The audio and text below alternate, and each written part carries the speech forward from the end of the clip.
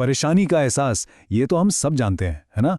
लेकिन क्या कभी ये सोचा है कि जब जिंदगी मुश्किल हो जाए तो अपनी तवानाई को सबसे बेहतर तरीके से कहाँ इस्तेमाल किया जाए? चलें आज इसी अहम सवाल का जवाब ढूंढते हैं। देखें, ये सवाल हम सबकी जिंदगी का एक बहुत बड़ा चैलेंज है। जब हालात काबू से बाहर लगते हैं तो हमारी सारी जहनी तवानाई आखिर जाती कहाँ है? क्या हमारा ध्यान उन चीज़ों पर होता है जिन्हें हम बदल सकते हैं, या फिर उन पर जो हमारे बस में हैं ही नहीं? इसी बात को समझने के लिए आज हम 3 अलग-अलग कहानियां देखेंगे। तो हमारी पहली कहानी है दोस्ती के बारे में, एक बहुत ही नाजुक रिश्ते के बारे में। ज़ारा की कहानी से हम देखेंगे कि जब कोई करीबी दोस्त साथ छोड़ जाए तो हमारा ध्यान कहाँ जाता है और फिर उसका नतीजा क्या निकलता है। ज़रा सोचें, किसी की गहरी दोस्ती अचानक खत्म हो जाए और फिर उसे ये भी सुनने को मिले कि उसका दोस्त ही उसके बारे में गलत बातें कर रहा है।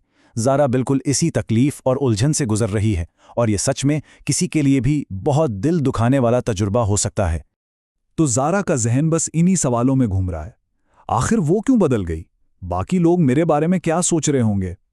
अब यहाँ एक बात नोट करने वाली है, ये सारे सवाल दूसरों के बारे में हैं, उनके एक्शंस, उनकी सोच, यानी वो सारी चीजें जिन पर ज़ारा का अपना कोई कंट्रोल नहीं है।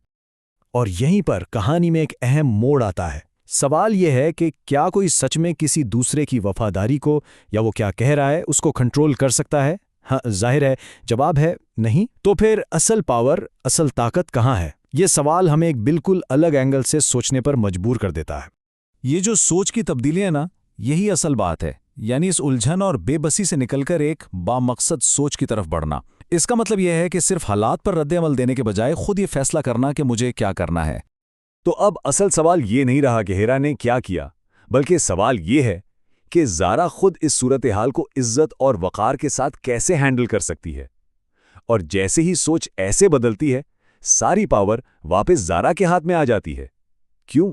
क्योंकि उसका अपना रद्द-ए-अमल, उसका अपना रिस्पॉन्स पूरी तरह उसके अपने कंट्रोल में है। अच्छा, तो दोस्ती के मसले से अब हम एक बहुत बड़े सवाल की तरफ चलते हैं, जिंदगी और मौत के सवाल की तरफ। साद की कहानी हमें यह सिखाएगी कि जब किसी की जिंदगी का मुस्तकबिल ही गैर यकीनी हो जाए ना, तो फिर कंट्रोल और बेबसी का मतलब क्या रह जाता है।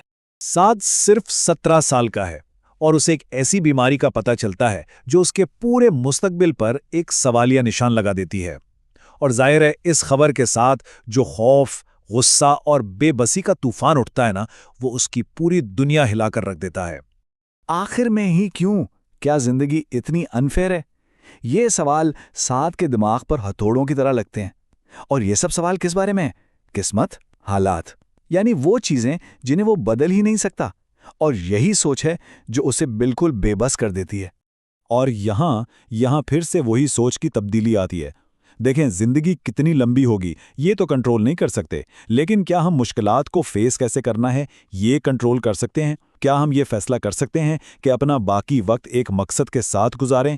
बस यही वो पॉइंट है जहां साथ अपनी ताकत वापस हासिल कर सकता है। चलें अब अपनी तीसरी और आखिरी कहानी की तरफ चलते हैं। ये एक ऐसे चैलेंज के बारे में है जो शायद हम में से बहुत सोने एक्सपीरियंस किया होगा। फैमिली की उम्मीदें और अपने ख्वाबों के बीच की कश्मकश। इसे हम समझेंगे अयान की कहानी से। तो अयान एक ऐसे दौराहे पर खड़ा है जहां एक तरफ उसके घरवालों की इज्जत है जो चाहते हैं कि वो इंजीनियर बने, और दूसरी तरफ उसका अपना पैशन है, उसका अपना जुनून जो उसे काउंसलर बनने के लिए खींच रहा है। तो ये सिर्फ करियर का फैसला नहीं है, ये तो उसकी अपनी पहचान की जंग है। और यहाँ एक बहुत बारीक लेकिन अहम फर्क समझना जरूरी है।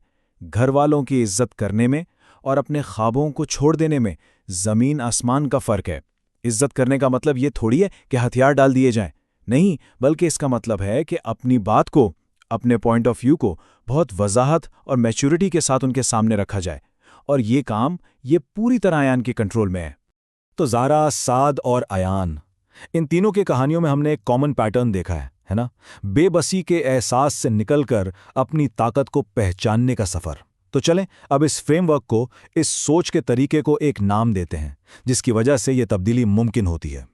तो पहला दायरा है फिक्र का दायरा, यानी सर्कल ऑफ कंसर्न। इसमें वो सारी चीज़ें आती हैं जिनके बारे में हम परेशान तो होते हैं, लेकिन उन पर हमारा कोई डायरेक्ट कंट्रोल नहीं होता। याद करें, ज़ारा, साद और आयान, उन तीनों की शुरू की सारी परेशानियां इसी दायरे में थीं। और ये वो दायरा है जो हमारी सारी जहनी एनर्जी को बस चूस लेता है। और इसके बिल्कुल ऑपोजिट है इख्तियार का दायरा, यानी सर्कल ऑफ कंट्रोल। इस दायरे में वो चीज़ें हैं जिन पर हम सीधा सीधा असर डाल सकते हैं, हमारे अपने एक्शंस, हमारे अल्फाज, हमारा एटीट्यूड। यही वो जगह है, यही वो दायरा है जहां असल तब्दीली आती है और जहां इंसान खुद ग्रो करता है। तो ये तब्दीली असल में दिखती कैसी है? ऐसे हीरा की वफादारी की फिक्र छोड़कर अपने वक़ार पर ध्यान देना, जिंदगी कितनी लंबी है इस पर परेशान होने के बजाय अपने रिस्पॉन्स को बेहतर बनाना, और घर वालों की उम्मीदों पर बेबस महसूस करने के बजाय उनसे खुलकर बात करने का रास्ता अपनाना। तो फिर इस पूरे फ्रेमवर्क का, इस सारी बात का सबसे अहम टेक अवे क्या है? और आखिर में सबसे अहम बात, असल ताकत हालात को कंट्रोल करने में नहीं है, बल्कि अपने आप को, अपने रिस्पॉन्स को कंट्रोल करने में है। जिस लम्हे हम अपना फोकस फिक्र के दायरे से हटाकर इख्तियार के दायरे में ले आते हैं ना, तो हम सिर्फ अपनी एनर्जी नहीं बचाते, बल्कि सच पूछें तो हम अपनी जिंदगी की ड्राइविंग सीट पर आ जाते हैं।